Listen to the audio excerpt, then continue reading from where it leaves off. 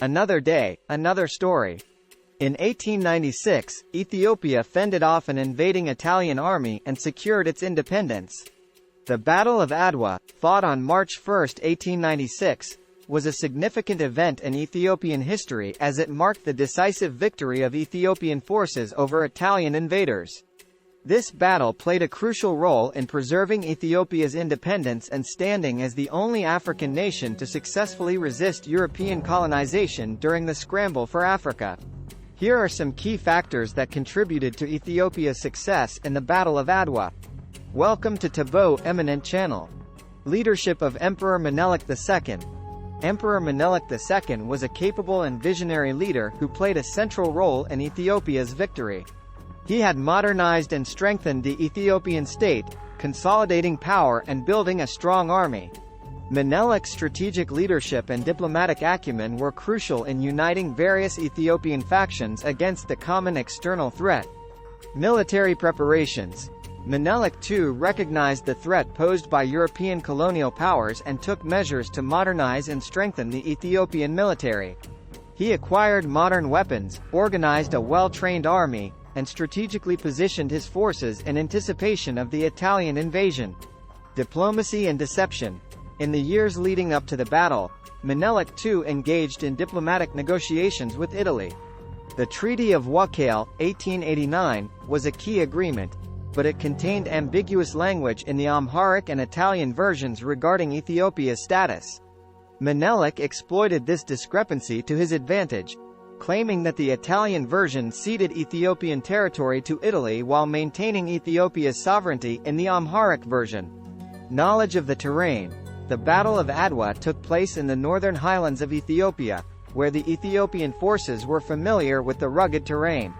This knowledge allowed them to strategically position their troops and use the landscape to their advantage. Unity among Ethiopian forces. Menelik II successfully rallied various Ethiopian ethnic groups and regional leaders against the common enemy.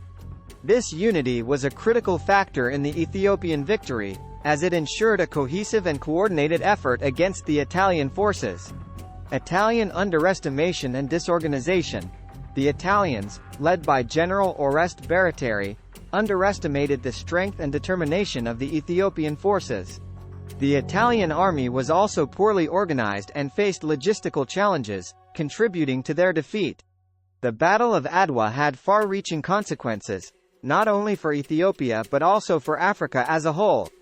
It demonstrated that an African nation could successfully resist European colonization, inspiring other African nations in their struggles for independence. Adwa remains a symbol of African resistance and resilience against colonial oppression. In the late 19th century, the European powers ran roughshod over Africa, brutally colonizing one country after another. Italy, for its part, targeted Ethiopia. But when its troops attacked on March 1, 1896, near the town of Adwa, they were overpowered by a large and well-armed Ethiopian force. In winning this pivotal victory, Ethiopia not only secured its own independence, but also inspired the anti-colonialist movement. As far back as the 1400s, European nations made incursions into Africa, largely to facilitate the transatlantic slave trade. Yet, for centuries, tropical diseases and navigational challenges restricted most of their activities to coastal areas. In 1870, by which time the slave trade had subsided, Europeans controlled only about 10% of the continent. The Scramble for Africa. By 1885, however, the so-called Scramble for Africa was fully underway, with the United Kingdom, France, Germany, Italy, Belgium, Spain, and Portugal carving up virtually the entire continent among themselves. At colonialism's peak, only Liberia, created for the resettlement of free black Americans, and Ethiopia remained independent. A relative newcomer to the game, Italy began its colonial military exploits in 1885, when, with Britain's encouragement, it occupied the Red Sea port of Massawa. From there, it spread out along the Horn of Africa, establishing the colony of Eritrea, on land formerly controlled by Ethiopia, and occupying much of present-day Somalia as well. Its military presence particularly ramped up following an 1887 battle, when some 500 Italian soldiers were killed in an ambush. At that time, to be a big power you need at least two things, says Haile Laribo, an associate professor at Morehouse College, who specializes in African colonial history. You need a navy, and you need colonies. He adds that the Italians were simply mimicking others, such as the British and French. In 1889, Italy signed a treaty with Ethiopia's Emperor, Menelik II, who recognized the Italian claim to Eritrea in exchange for a loan of arms and money. But a major disagreement arose, exacerbated by differences between the Italian and Amharic versions of the text, over whether the treaty had turned Ethiopia into an Italian protectorate, without control of its external affairs. Menelik and Teitu Batul prepare defense. Menelik, who claimed to be descended from the biblical King Solomon and the Queen of Sheba, and his wife, Teitu Batul, a shrewd opponent of European expansionism, prepared to defend their sovereignty. In addition to securing modern weapons, they launched a public relations campaign with the help of several Europeans sympathetic to their cause. Swiss-born engineer Alfred Ilg, for example, who served as Menelik's de facto chief of staff, helped modernize the country's infrastructure and, during trips to Europe, reportedly promoted Ethiopia as Africa's Switzerland. Other Europeans published admiring articles about the Ethiopian court, sometimes referring to the devout Menelik as Africa's Christian monarch. Menelik became somewhat of a celebrity, and, later on, even traded phonograph messages with England's Queen Victoria. He's a down-to-earth monarch, says Haile, with a charming and magnetic personality. Menelik calls up mass mobilization. During his rise to power, Menelik had viciously mutilated rival Ethiopians, branded slaves with the sign of the cross, destroyed mosques, and encouraged pillaging. Nonetheless, with the Italians presenting a common threat, Menelik united the country's fractious provincial rulers behind him. When he called for a mass mobilization in September 1895, he was able to raise around 80,000 to 120,000 troops, with men pouring in from almost all of Ethiopia's regions and ethnic groups. Meanwhile, Italy had advanced to within about 250 miles of Addis Ababa, the newly founded Ethiopian capital. Menelik, accompanied by Teitu, led his army north on what would become a 5-month march totaling nearly 600 miles. As Raymond Jonas, author of The Battle of Adwa, African Victory in the Age of Empire, writes, Menelik covered more ground than either William Tecumseh Sherman on his march to the sea or Napoleon on his ill-fated invasion of Russia. In December 1895 and January 1896, the Ethiopian army annihilated a vanguard Italian column at Amba Alaj and then besieged an Italian fort at Mekelle, forcing its surrender in large part by implementing Teitu's strategy of cutting off the water supply. The Ethiopians next slipped past the main, entrenched Italian force and moved on to the Adwa area. Throughout, Menelik allegedly spread false rumors, downplaying the size and cohesiveness of his troops. This is one of the 19th century's greatest campaigns, Jonas said on a 2012 podcast. Cognizant of his lack of food, water, and accurate maps, Italian commanding officer Oreste Baratieri considered retreating into Eritrea. But, on February 25, 1896, he received a telegram from Italian Prime Minister Francesco Crispi essentially goading him into action. His subordinate generals likewise pushed for a decisive engagement, prompting Baratieri, who had earlier vowed to bring Menelik back to Italy in a cage, to advance 3 brigades. Italians make full retreat, Ethiopia establishes independence. When the fighting broke out on March 1, the Italians and their African auxiliaries quickly found themselves disorganized, highly outnumbered, and exposed in inhospitable terrain. By day's end, they were in full retreat, leaving behind their artillery and roughly 3,000 prisoners. Menelik outsmarted and outflanked the Italians in every aspect, Haile says. Many women contributed to the victory, serving as water distributors, medical care providers, prison guards, and morale boosters. Teitu herself commanded her own personal army. Overall, the Ethiopians inflicted a casualty rate of up to 70%, while also suffering relatively heavy losses.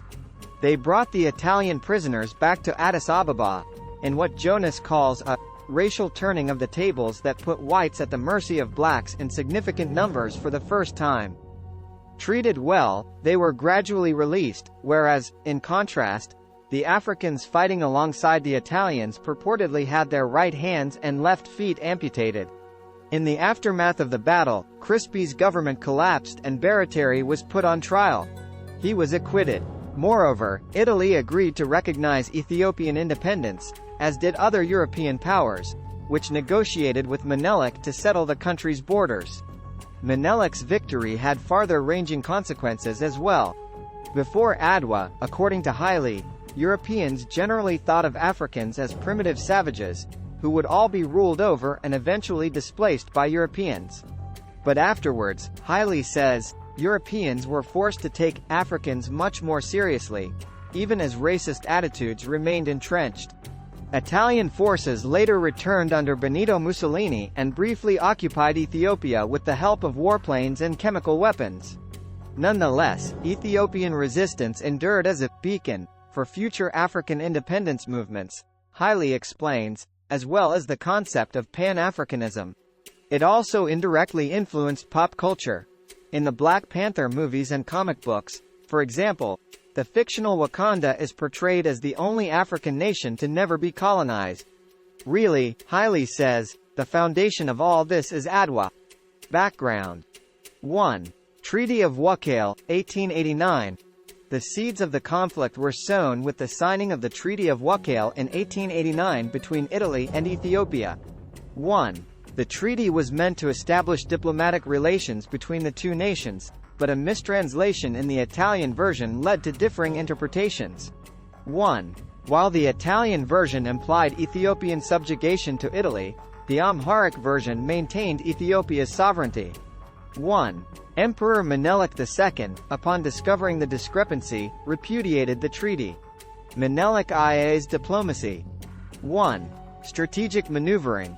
Menelik II engaged in a diplomatic game, appearing conciliatory to the Italians while secretly preparing for the possibility of conflict.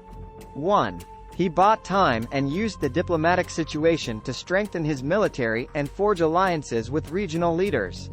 Italian invasion. 1. Baratieri's campaign. In 1895, Italian forces, under the command of General Oreste Baratieri, launched an invasion of Ethiopia. 1. Baratieri hoped to exploit perceived divisions within Ethiopia and crush the resistance swiftly. 1. However, he faced challenges such as a lack of adequate intelligence and the difficulties of supplying his troops in unfamiliar and hostile terrain. Ethiopian unity. 1. Gathering allies. Menelik II succeeded in rallying support from various Ethiopian factions, including the Oromo, Tigray, and Amhara. 1. Empress Taytu, Menelik's wife, played a significant role in forging alliances and mobilizing support for the Ethiopian cause. The battle itself. Strategic brilliance. On March 1, 1896, the two armies clashed at Adwa. Menelik II employed a brilliant strategy, dividing his forces into three wings and encircling the Italians. The Ethiopians effectively used their knowledge of the terrain and the element of surprise, catching the Italians off guard. Decisive victory. Despite initial successes by the Italian forces, the Ethiopians ultimately overwhelmed them. The Italians suffered a devastating defeat, losing thousands of soldiers, while Ethiopian casualties were comparatively lower. The Battle of Adwa was a turning point, signaling the resilience and military prowess of an African nation against a European colonial power. Aftermath. Treaty of Addis Ababa, 1896. Following the defeat, the Italians, under pressure from other European powers and facing domestic criticism, signed the Treaty of Addis Ababa in October 1896. The treaty reaffirmed Ethiopian sovereignty and recognized the borders as they were before the conflict. Impact on Africa. The victory at Adwa had profound implications for Africa. Ethiopia's successful resistance became a source of inspiration for other African nations in their struggles against colonial rule. The Battle of Adwa was a symbol of African agency and the possibility of resisting European domination. In summary, the Battle of Adwa is a story of diplomatic acumen, military strategy, and the resilience of a united Ethiopian front against European imperialism. The victory had a lasting impact on Ethiopia's place in history and on the broader African struggle for independence. Thanks for watching. Request you to subscribe the channel.